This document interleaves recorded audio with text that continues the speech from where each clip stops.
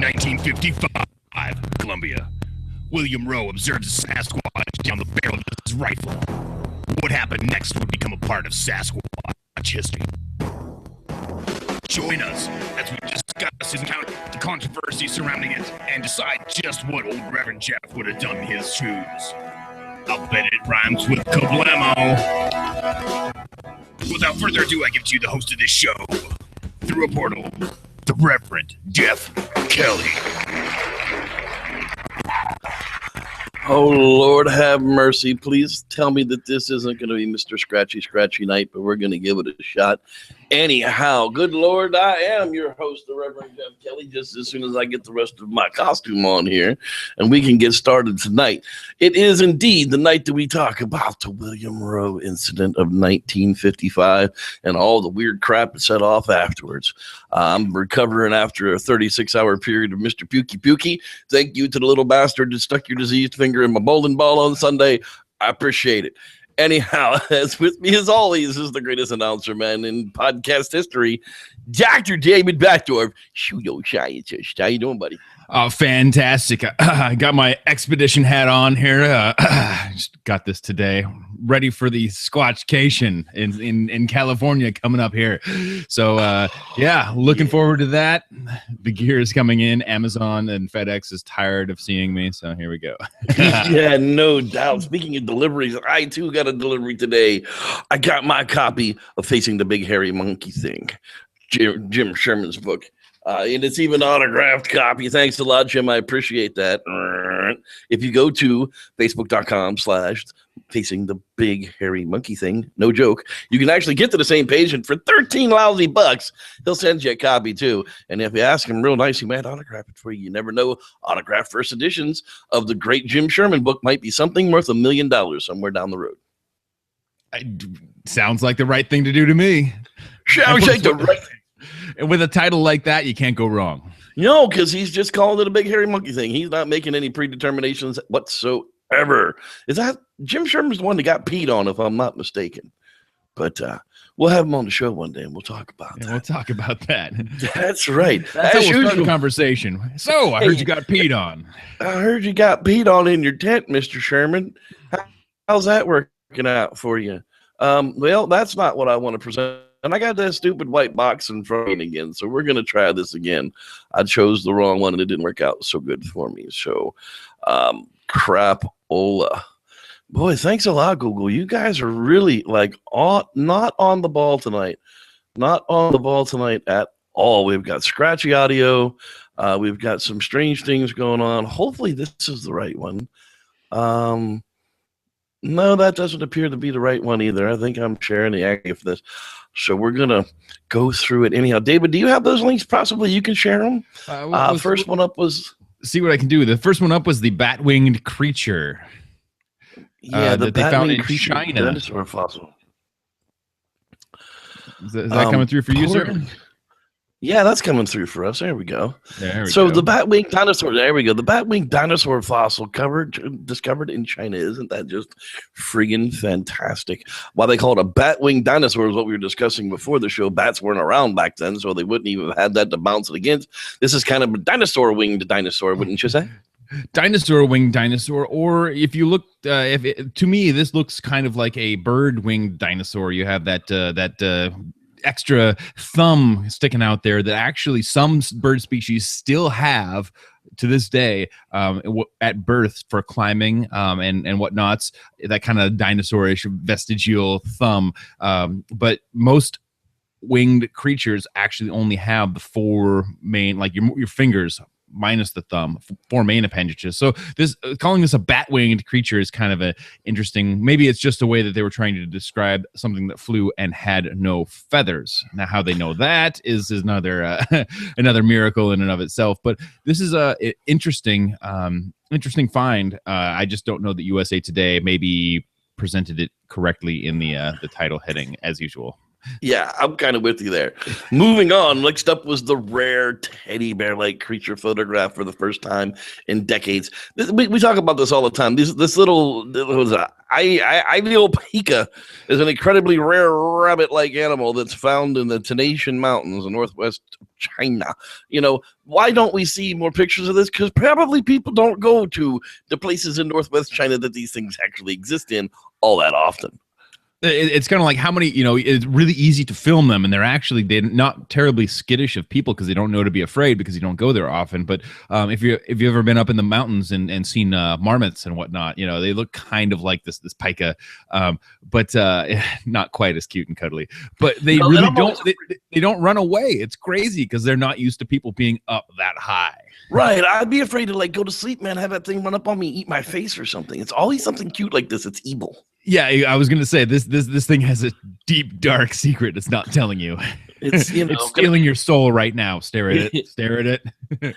It's holding a pillar and guarding those portals that we're going to get to here in a little bit. Good Lord. Next up, some monkeys can understand the danger calls made by different monkey species.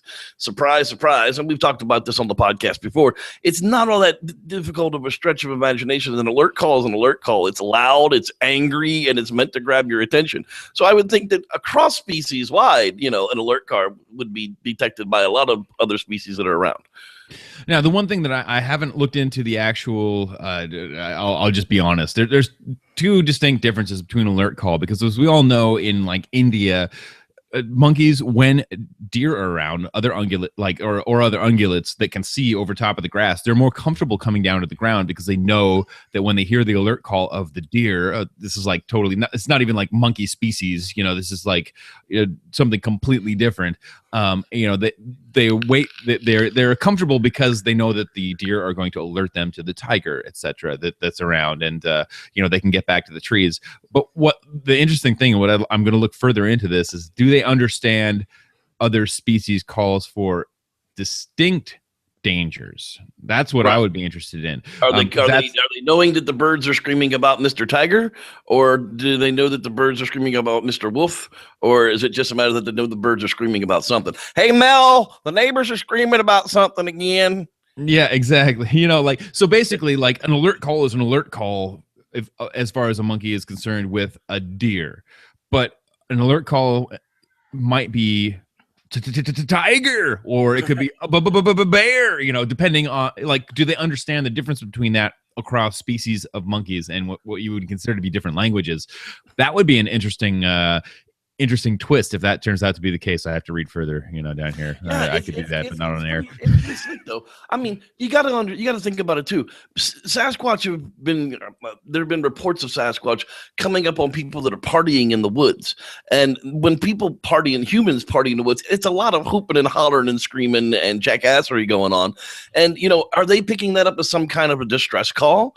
Is that like the big Sasquatch, "Hey, mommy, I'm in trouble" call? We don't really know what they hear on their end of it. So it's an interesting swing to put it into the Bigfoot world. Would Bigfoot know if we were hollering out in distress? How many stories have we heard of where Bigfoot's actually come and rescued somebody who was injured, or, they woke up and all they remember was watching the Bigfoot walk away, like Eve, the story of Eve. We were J.M. Bailey's short story. There's a lot of interesting twists to something like that. Yeah, well, there's I forget. There's a hiker who broke his leg and was carried out by a Sasquatch. There's a story of that too, and that's something is a more contemporary story than the historical ones that we're kind of going through. But yeah, I mean, what does it mean? Or it does partying, hooting and hollering? Is that mating call? Is that feeding time? We don't know. We see all the Bigfoot movies. Yeah. Don't have sex underage in the woods with your girlfriend. It's a sure way to get killed by the Sasquatch. We know this. We've seen it time and time on TV.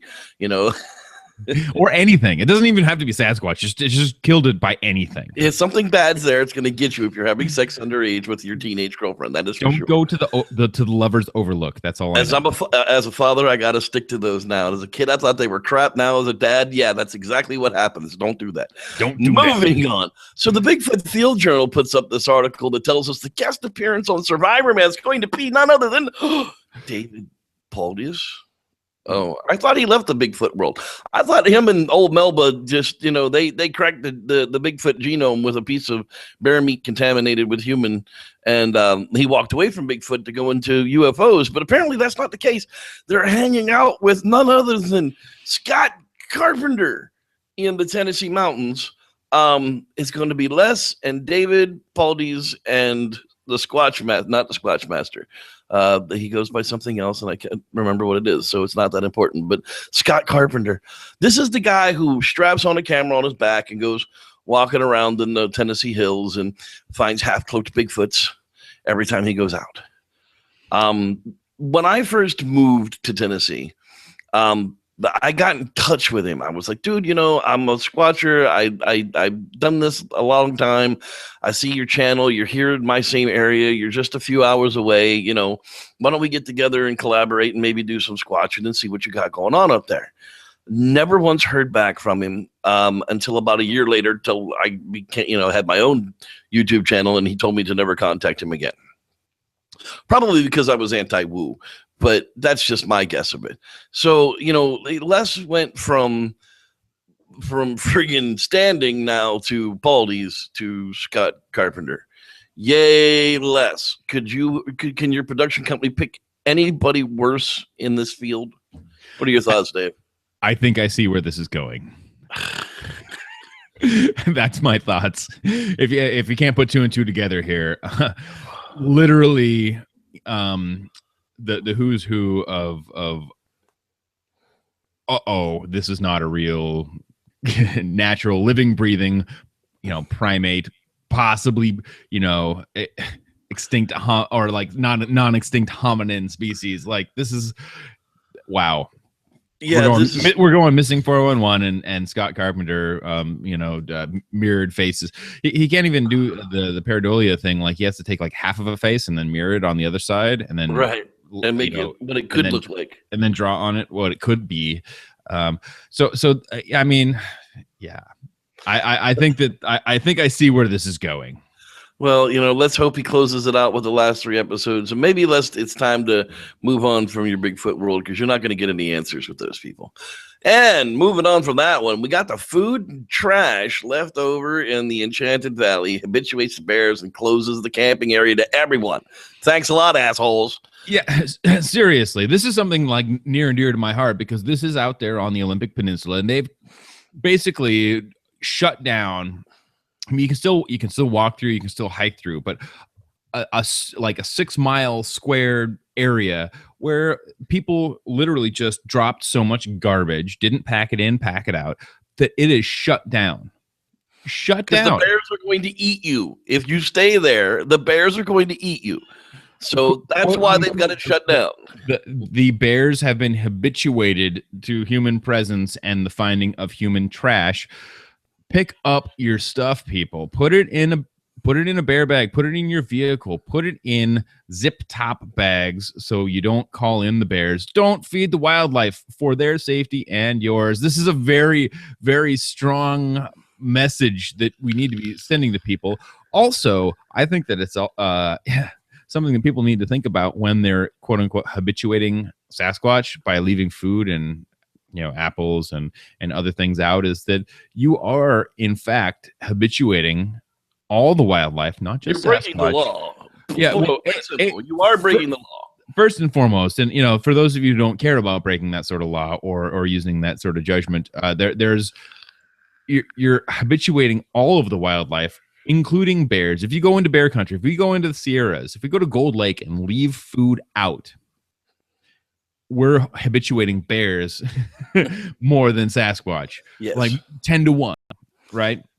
So be thoughtful of that. And you could potentially close down an entire portion of a national park by leaving food out on a regular basis. And for the love, people, if you bring it in, pack it out. And use zip-top bags. Sticking apples on trees. It includes hanging bags of apples in plastic bags and leaving there. That's retarded. Please don't do that, people. That is not normal thinking to put a plastic bag full of apples on a tree. That plastic, even if Sasquatch does find it, get the apples out of the tree, that plastic bag's still gonna kill something. Yeah, not only are they eating the apples, but they're probably eating the plastic, and that's not good for anybody. Would you eat the plastic with the apple? No, you wouldn't. Every once in a while, we eat that little, The little tag. yeah, little tag with the PLU on it or whatever. Sticky thingy. Those are actually made to be eaten. They're biodegradable. They're compostable in your stomach. Don't worry about it. Sure, that's what Montecito says. No, everything's fine, people. Don't worry about the labels. No, literally, you can eat the label, but the apple might not be okay. That's right. Washington apples for the win. Okay, moving on. That's right. Moving on to Bigfoot Crossroads, the podcast. Our buddy Matt Knapp got a hold of Kirk Brandenburg like right before he went into the woods with the Falcon Project ground crew, 6-month incursions into the woods, and he got into some seriously interesting topics. Dave, well, now tell me about part 2 here, buddy. So part 2, this is something like, okay, I had a couple, like there's a couple comments out there that people were talking about, once you said orbs and spirits and blah blah blah blah blah, I just turned it off. No, don't turn it off. You have to get through that part. It's Kirk talking about the people that he was out there with. The best part of this part 2, part 1 is fascinating also. Like it's a long interview, but it's totally worth it, and it makes me want to hang out with Kirk again and start asking them some more questions, because it was really a brief and kind of a just a casual thing where we were around the campfire with him. But he was talking about what thermal imaging did for him and for Bigfooting in general, for him specifically, is that he would go out with these people and they would have experiences everywhere. Every time they went out, they were surrounded by Sasquatch.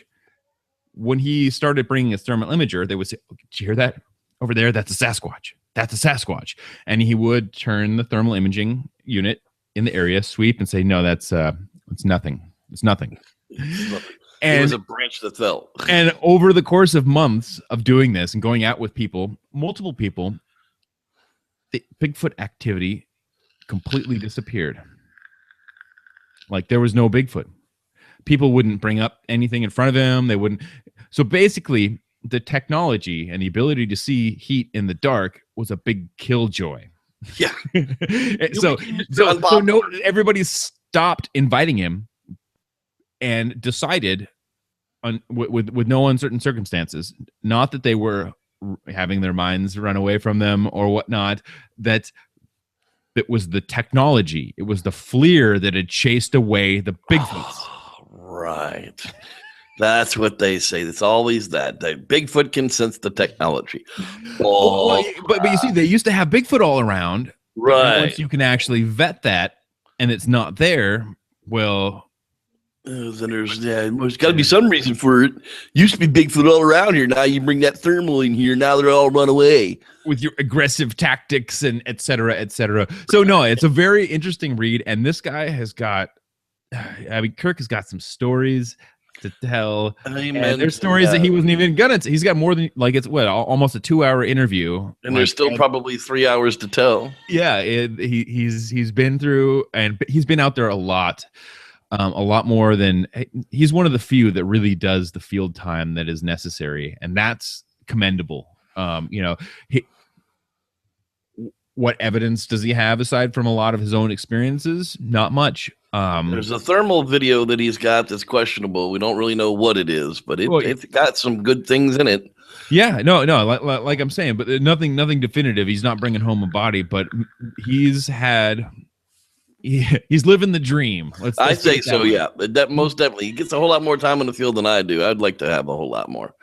Yes, I without moving on, I can't help but bring up this depends thing up here, the silhouette active fit. Yeah, what's up with that, Dave? Well, how did that show up? Anyway. What are you doing there, pal? Yeah, I saw this just as we were coming into things tonight. Valley of the Sasquatch has been nominated for Best Special Effects at the Crimson Screen Horror Film Fest. So we wish him luck on that. And I just saw a little birdie come through here a little while ago, said that they are going to be at West Coast in Seattle premiere of the movie. So we need to get that information out there to people. We'll have that for you next week. Doug, come on, give it up. Yeah, That's right. This is really what Doug wants, is the best special effects for the feature film for the Crimson Horror Yes, Fest. That's what most he wants. definitely. And they worked really, really hard on this to do it. So I'm hoping that they win it. I do love having it be a family affair. His wife Julie bringing the Sasquatch suit to the set while their kids Carson and Cameron wrangled blood hoses and appliances. Fathering for the win, right there. That's right. That's exactly what's going on there. And finally tonight, we're really gonna get into this a little bit here. The Whoo Fest there on the West Coast took place here this past week, and I gotta just say, I'm amazed that there hasn't been more of an uproar about what's been said here. Apparently, Dr. Matthew Johnson has outed Adam Davies and another gentleman that was up there with him about portals of Bigfoot with open red sky and dark vegetation in the foreground, with two small creatures with red glowing eyes guarding it. Two 3-foot-tall creatures were witnessed by John Garlson and Adam Davies when Matthew Johnson flashed a light towards the portal. A Stargate-like portal closed. When Mr. Johnson turned the flashlight away, as Carlson and Davies walked towards the portal location, it would open back up. Twice more, Johnson shined the light, and twice more, he shut it down. Later, Johnson claimed he slept while Adam Davies stayed awake all night. While sleeping, he was visited by a Sasquatch in a dream. The dream Sasquatch explained to Johnson that portals were merely a doorway for Sasquatch, and the 3-foot creatures were merely guards. The Sasquatch further explained that light was a common way to close the portals. Now, I couldn't read something like this without making contact to Adam myself, because we're cordial. I would say we're friends. I just put a little tag out to him. I was like, dude, I don't know if you know what's being said about your encounter up there at the Whoo Fest this weekend, but I sent him a little tidbit that was sent to me, and he was just like, look, I'm not getting drug into this.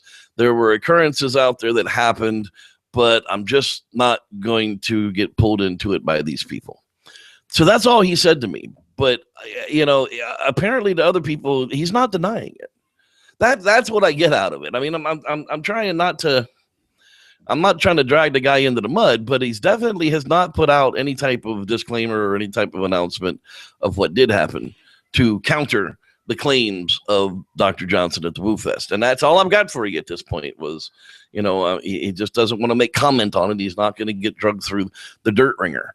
But I don't know, because to be honest with you, a week after he left Johnson's site, he was around the fire with us. We didn't hear any story of it. We asked specifically what was going on up there.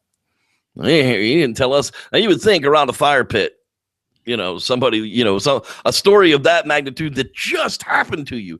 There's no way after rounds and rounds of tequila and, hey, why don't you have a drink with me, that kind of story doesn't slip out. You know what I mean? Yeah.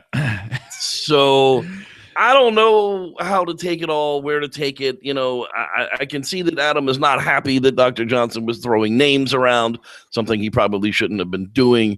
But that's the story from the Whoo Fest, the big story from the Whoo Fest this weekend, other than the normal Tom Cantrell thinks he's 2% Bigfoot. Yeah, other than that, I didn't see anything from the Bigfoot dance. I was really hoping the Bigfoot prom would put forth some pictures for us so we could see them. But unfortunately, I didn't. I'm banned from all the Woo groups, and I don't understand it.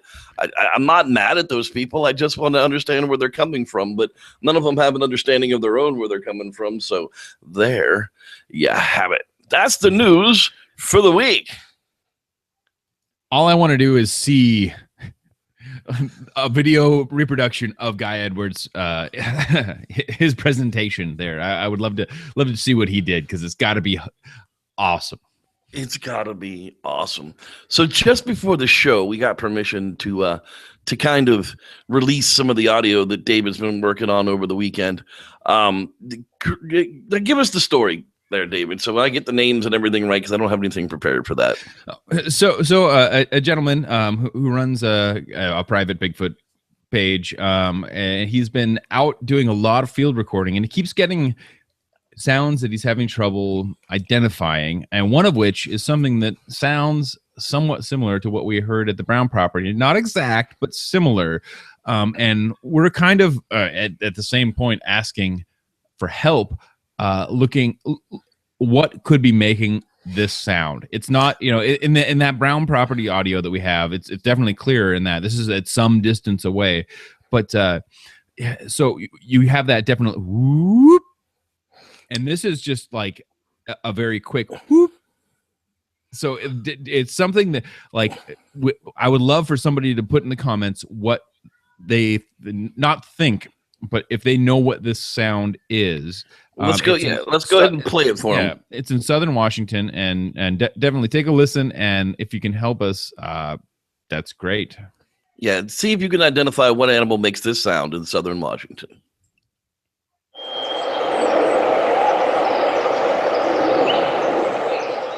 It's right at the very beginning of the clip, and I'll play it again.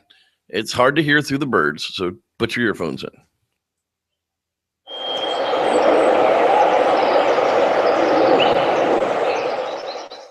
Now, as a comparison to that, this is what the whoop sound that was caught, matter of fact, by Kirk Brandenburg's recorder at the Browns property.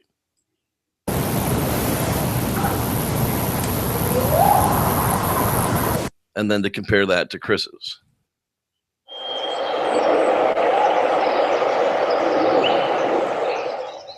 Now, to me, I didn't want to wreck anybody's expectation, but Chris's sound to me doesn't sound Bigfootish. It sounds bird-like to me. And I'm not the first person to bring that up. A lot of people have said that it sounds bird-like, and they sometimes can. But it's just, to me, they sound almost identical. It's very, very difficult to say. Yes, the rise and the length of it is very similar. So what we have here is the Brandenburg audio from the Browns property was recorded. This was somewhere in the middle of the night, right? Right. And the obviously with all the songbirds going, this was very early AM in Southern Washington. So very much east of where the Browns are located. Two different, kind of different times in the night and day. Like if you think of the 24-hour cycle, we're so. One of them is a lot farther away, and there's a lot of background noise. I mean, you can actually, like in that audio that we were playing, there's actually a jet flying over. So it sounds like there's a little bit of a bass resonance in the beginning. That's actually a jet flying over. So there's a jet flying over and birds tweeting and like the sound of the creek and all this other stuff. And you hear in the background this whoop, whoop. And if somebody knows or has a good idea of what could be making these sounds that's not a Sasquatch, please let us know and we'll go look into it, because that's the kind of thing that I like to do. I like to take, okay, what else could it be? And then go look for examples of that online. There's a huge library. Macaulay Lab of Ornithology has a huge library of sounds, and I would love for somebody to give us some good examples of or a good suggestion, and then we go find examples of what that could be, because I've never heard that aside from at that Brown property, there's nothing that I've looked for specifically that I can find as an analog to that. Yeah, and that's important. We're willing to listen to the analog for it. We want to find an answer to something that makes those calls. Now, the call that I heard in the Sierras, there's no answer for. The whoop that I heard, literally like 30 yards outside of camp, along 9 other people who were sitting there. 2 of them didn't hear it because they were in the camper making breakfast. The rest of us sitting at camp, the other 7 of us went for like 4 minutes waiting for any other audio, any other vocalizations to go off. And then we all looked at each other and went, okay, what was that? I said, well, I can tell you what it wasn't. It wasn't any animal that I'm used to up here, and I'm used to pretty much all of them now. So you tell me what that was. And we were with non-believers. I mean, we had some kids up there that were with us that, they weren't Bigfooters. They were just up to go ride in the 4-wheelers and go running around in the hills and go shoot the guns. And that's what they were up there for. And this stuff was happening around them too. And they went, yeah, I don't really know what makes that sound. I'm like, yeah, that's why we're out here. We're trying to figure out what makes those noises. Yeah. So I love the audio. It is mysterious, though, and it's harder to put that together than it is, video. You can look at something and go, thumbs down pretty easily. But the audio is difficult. So yeah, people, please help. Chris, who got the audio, would love a better explanation. Kirk, who's a really scientifically minded guy, would love a better explanation. But so far, it's eluded us. Yeah, and that's nothing to be that's nothing to be ashamed of, that it's eluded us either. I mean, it's just a matter of wow, that just crashed on me. That's not good. It's just a matter of it's a matter of time before it gets identified as to what's going on. But I can't explain those whoop sounds in places other than jungles where monkeys live. Those are monkey sounds. It sounds very, very primate. It sounds a lot like like a Simon Gibbon whoop, if you will. But I think, and that's a small-bodied ape.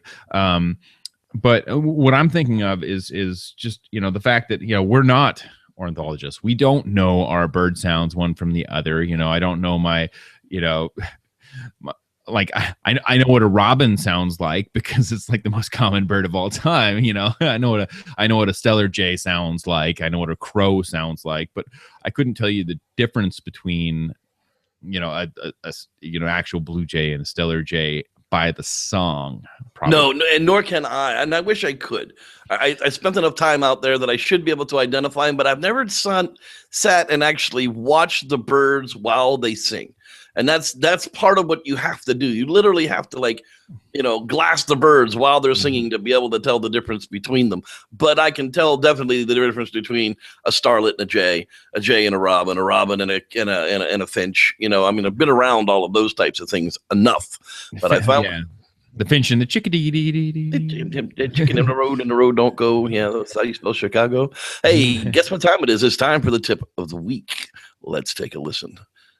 Let's see here. And now it's time for Rules to Squatch By with your old pal Wes. Number 10. Don't forget toilet paper. No joke, Squatchers. You don't want to be caught with your pants around your ankles, bare-assed with a bad case of mud butt and nothing to wipe with other than an old rotten pine cone and some poison ivy. Always bring an extra roll with you. Same reason why I double up on socks. Come check out my recent work and my art for sale at weslosner.com. Stay squatching, my friends. Oh, God, I love you, Wes. True story. Extra pair of socks, it's nice to put on at the end of a hike, but also you can bury that shit for the ages. That's right. Never see that shit again. And we got one from the slip this week, so let's take a listen to him as well. This is what you've missed this week on the Freudian Slip. As far as what the mystery object was, there was no way to find out. It had disappeared as rapidly as it struck. I know what it was, Chris. A block of ice? Aliens. Oh, aliens. Aliens. In your phone? I put it in the other room on purpose so it wouldn't interrupt the show. Check us out on YouTube at youtube.com/the Freudian Slip. And at thefreudianslip.blogspot.com.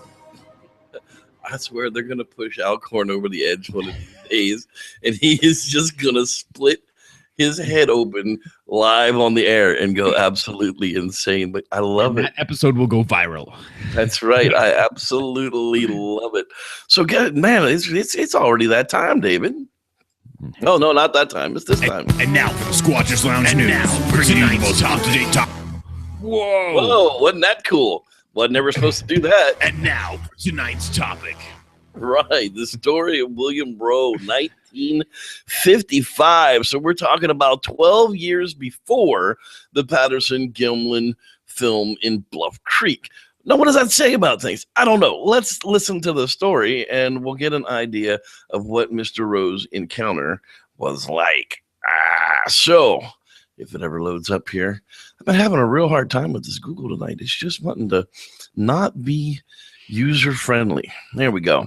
Okay, so as usual, this is a John Green story. So it's got an actual signed affidavit by William Rowe. So this is like stuff that you can enter into evidence. But basically, the story is as such. The man had been working on a highway near, I can't pronounce the name of the town, Tet Juan Cache, for about 2 years. In October of 1955, it decided to climb 5 mills up Micah Mountain and to an old deserted mine just for something to do. Back then in 1955, people did crazy crap like that. I came in sight of the mine about 3 o'clock in the afternoon after an easy climb. I'd just come out of a patch of low brush in a clearing when I saw what I thought was a grizzly bear. In the bush on the other side, I had shot a grizzly bear near that spot the year before. This one was about 75 yards away, but I didn't want to shoot it, for I had no way of getting it out. So I sat down on a small rock and I watched it. I watched it with my rifle in my hands. Now, question for you. If he had shot a grizzly bear near there last year and was able to get it out, why couldn't he have shot this one and got it out? Just a little question. Anyhow, I could see part of the animal's head, the top of the shoulder. One moment it raised up and stepped out into the opening. Then I saw it was definitely not a bear. To the best of my recollection, it was a creature looked like how it acted. And as it came across the clearing directly towards me, my first impression was it was a huge man, about 6 feet tall, almost 3 feet wide, and probably weighing somewhere near 300 pounds. It was covered from head to foot with dark brown silver-tipped hair, but as it came closer, I saw by its breast that it was a female. Now, there is a drawing of that done by his daughter later on that we'll bring up here in just a minute. Now, yet its torso was not curved like a female's. It was broad-framed and straight from the shoulder to the hips. Its arms were much thicker than a man's arms and longer, reaching almost to its knees. This is one of the first details that we come out where we hear that whole arms longer to the knee type of thing, but it's not the last time. Its feet were broader proportionally than a man's, about 5 inches wide, and from front tapering as much thinner to the heels. When it walked, it placed its heel of its foot down first, and I could see a gray-brown skin or hide on the soles of the feet. Now, that's also reported by the Osman story as well, but I thought that the way Locomotion was talking with Dr. Meldrum is that they're kind of flat-footed. They put their whole foot down, or more pronounced on the front part of the foot because of the flexation of it, but we'll get more back into that later on.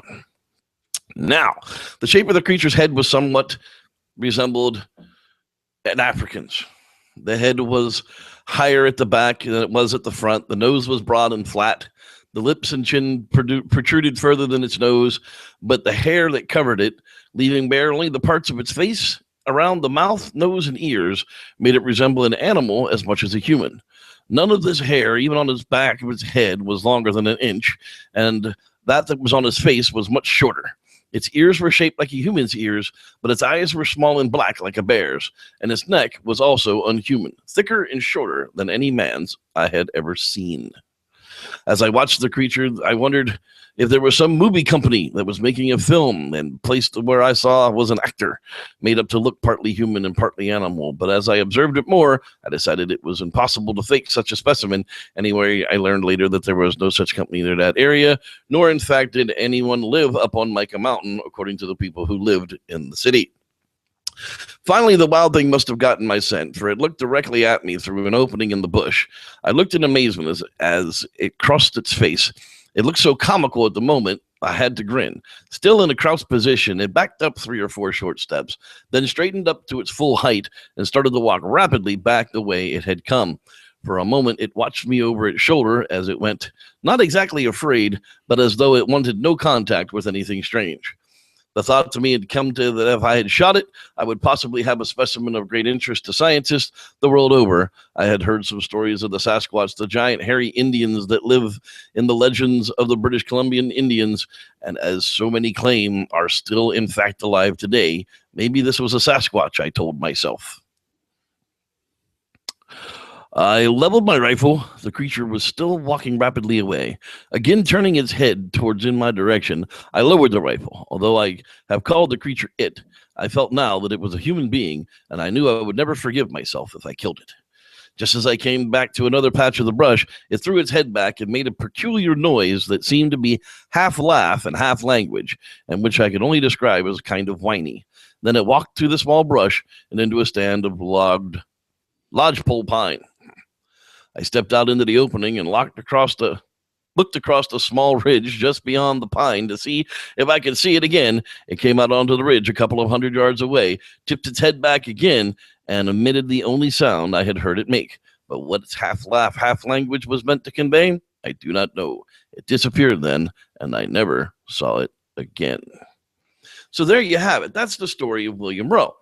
It's believable to me. What are you thinking, David? I mean, it's a dude on a hike decides to sit down and check out this grizzly eating across the field, and oops. Yeah. For me, like the setup, everything, the part of that for me is hard to just like take at face value. Like I can see some dude who likes to be in the outdoors going up into this area that he's gone before, and then seeing something that he didn't see the last time he was up there. The amount of detail that this guy has in his story is phenomenal, and a lot of those points after this affidavit was taken were held, like, are still held gospel and still ring true as to what Sasquatch is. Now, does that mean that this is, that sort of like what do you call it, like cultural hysteria that leads us to all want our sighting to be as detailed as this guy's, and to do that you have to take some of his details and add them in there? Or is it because that's truly the details that we're meant to be seeing?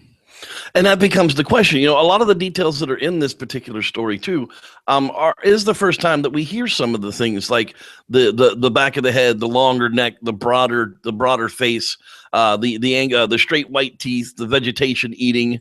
It wasn't a scary monster that came out of the woods to get to them. And the thought of the leveling the rifle to shoot it and then not thinking that it could be some type of human and not pulling the trigger, that comes down to that big question, the kill or no kill. Now, what are you thinking on that? Well, I like that this is such an early account of that, and we've heard accounts of that, and it goes back to that same thing. Is it the cultural hysteria of story time, or is it something that's really true? Like hunters, a lot of times, whether it's there's bow hunter stories, there's people who are hunting with rifles that actually see these creatures and then can't shoot. They drop the, like this is, there's something, fundamentally wrong about this, like even Justin's story, like ex post facto, questioned his choice, right? Once he sees these creatures. And so that's a really intriguing part of the story. For sure. Ugh. Exactly. It really is. Now, part, this particular picture is one of those depicted of that particular incident where the creature was walking away and William Rowe had leveled his gun to shoot at him. This actually comes out of the Patterson book from the Bigfoot sightings before the Patterson-Gimlin film was shot. Now, the big controversy comes over the fact that this is a female. And that, they're talking about a female Bigfoot in the two instances, and how all of a sudden it's strangely occurrence that when Patterson goes and films a Bigfoot, that he gets one that looks like this and it's female. And that seems to be everybody's hang up on it. But one of the things that I'd like to point out to those people is we're talking about descriptions of Bigfoot encounters. If the Bigfoot encounters are believed to be real, then why would it be surprising that when we get some film of a Bigfoot, it looks just like what everybody's describing? So you think of the actual, Patterson-Gimlin film, this, I can see where that argument comes from, but it goes back to the two-part thing. Like, how did they do it? Well, they couldn't. That's always been the problem, and that's the problem with that whole argument. It's definitely curious how close they got it, but if you notice, in this depiction, it's the arm is not exactly, the proportions aren't exactly there. You could argue this, that, and the other, but basically, if you're going with the orthograde body plan, whether that's a gorilla or a person, it's going to be pretty similar. And if you put it on two legs and make it about the constraints of a person with a barrel chest and long arms, as was described in this story, you're going to come up with kind of the same thing. You have to agree.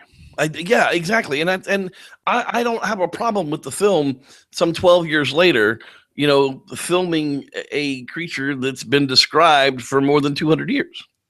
This isn't the first description of a female Sasquatch. It won't be the last description of a female Sasquatch. But it seems that all the female Sasquatch are kind of all described the same, about 6 foot tall, 350 pounds, wide chested, wide hipped. So surprise, surprise, Patty looks like that when they surprise her in the creek bed. So the picture that was drawn by Rose's daughter. Yeah, I can't bring that one up. I tried. Oh shoot.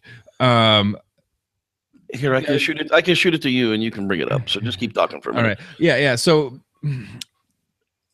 if you look at the constraints of that picture, it's basically whoever the artist was here obviously is a photorealistic artist, and probably read in a little bit more anatomy and a little bit more gorilla or something that we knew of at the time, right? To make that actually work. And to look like that. Yeah, and the thing is the drawing that we're about to bring up by Rose's daughter is a far stretch from this. It really is, but just the fact that they're drawing the creatures now more, I guess, more ape-like than caveman-like. If you look at the front of this particular book that this even came out of, they're still looking for caveman. Patterson and Gimlin were both down here looking for giant friggin' Indian cavemen that are still living, the old ways. And they came across this ape woman and she ran away from them on film. It changed everything about Bigfooting at that point because, yeah, there were the two stories of the giant friggin' the giant hairy Indians and the ape-like Bigfoot. Now we know for sure that the ape-like Bigfoot actually exist. Here's the picture of the William Rowe drawing. This was done by his daughter, shortly afterwards. At his request, sorry, this cropped in weird angles here, but so the interesting thing about this to me is that it shows the barrel chest, it shows kind of the constraints, it does show this upright body plan, and it does show the long features. And one of the things that the artist that in the Patterson Gimlin film missed on was that this drawing is pre-Patterson Gimlin, correct? Correct.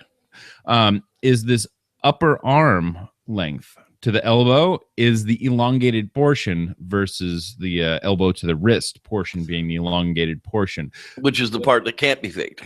If you actually look at the person who tried to draw William Rowe and he did a perfectly human arm in his. So this is what they probably showed him the composite that William Rowe's daughter did, and then he added in, his photorealism to his artist conception of the event. And then Patty, really, if you look at both of those, if you go back and forth, A B, she really doesn't look exactly like either, but kind of looks like both, which with artist rendition would kind of make sense. But there's still some problems. Is like how this all kind of comes down the pike. Okay, John Green to Robert, Roger Patterson to the Patterson Gimlin film, and interesting. But I still think that there's a lot more to this story than meets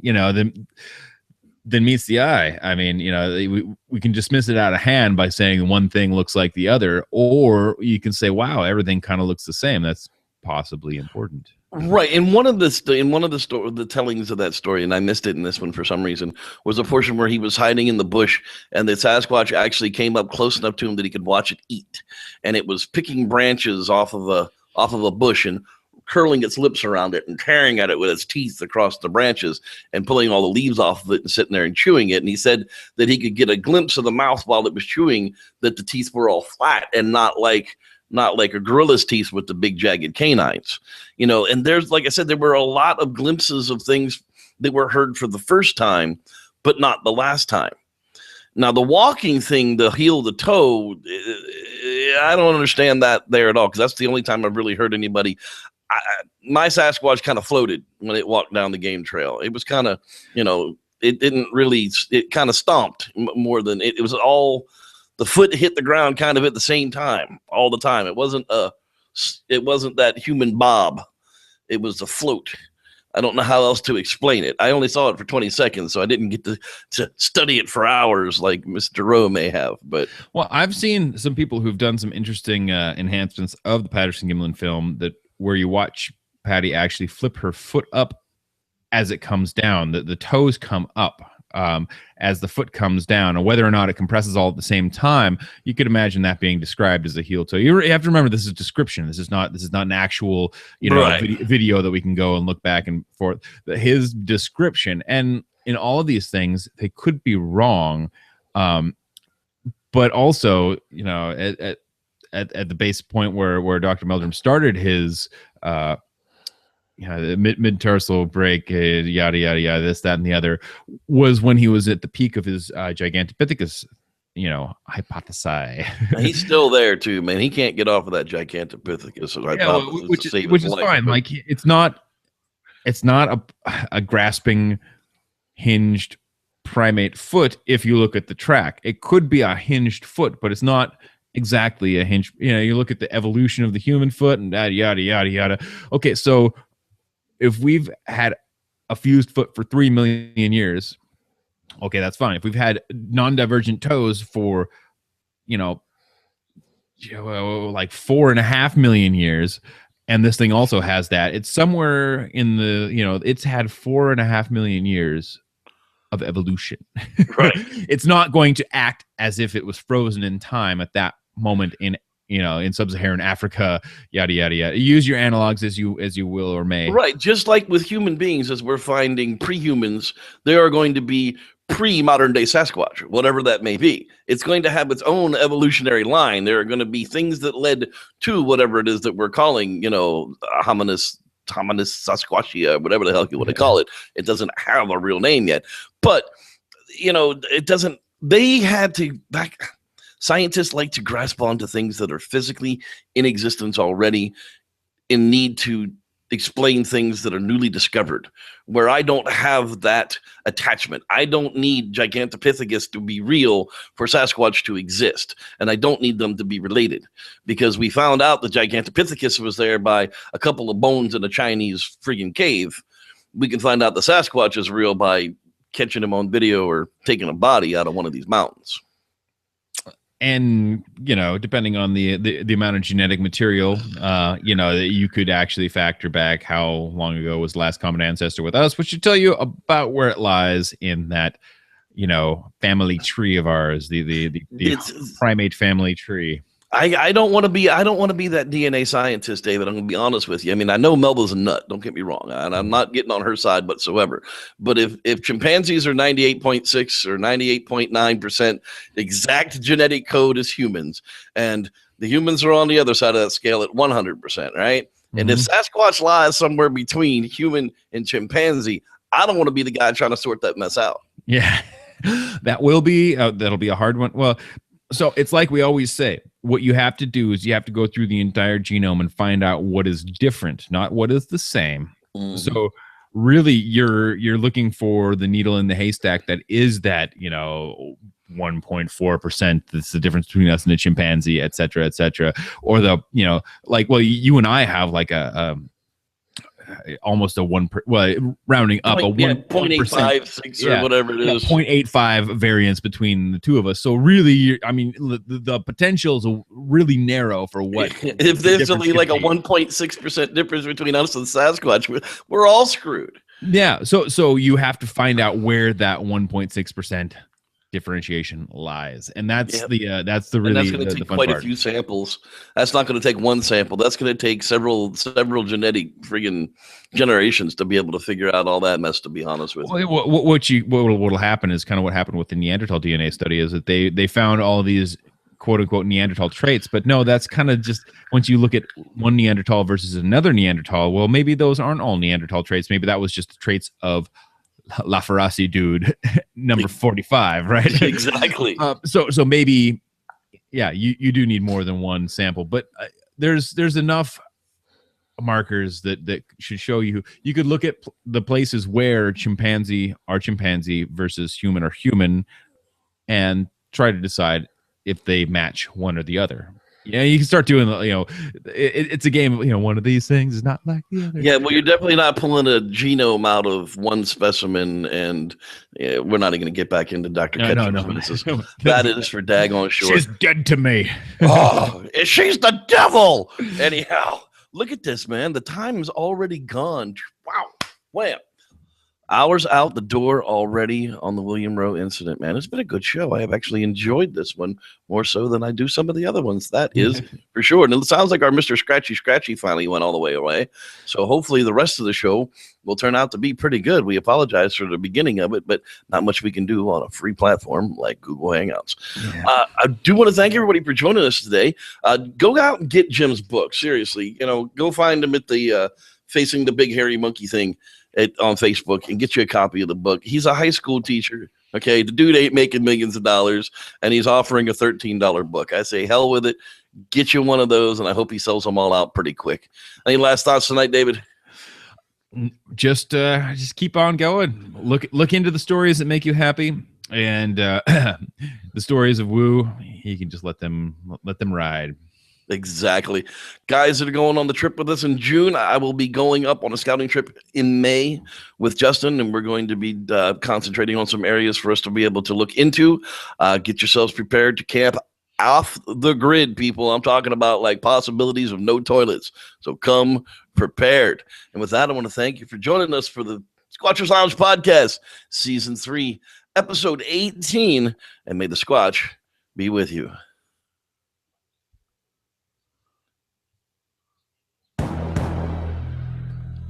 I poop in a hole in the ground. No joke.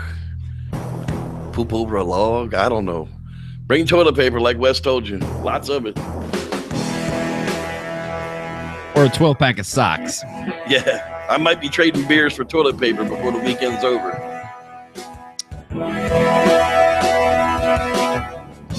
I hear there's good fishing at Gold Lake. Fishing? Panning? Panning? Yeah, gold panning. I don't think they call it Gold Lake for nothing. Pro tip: alder leaves leave your butt feeling fresh. Ooh, aloe vera.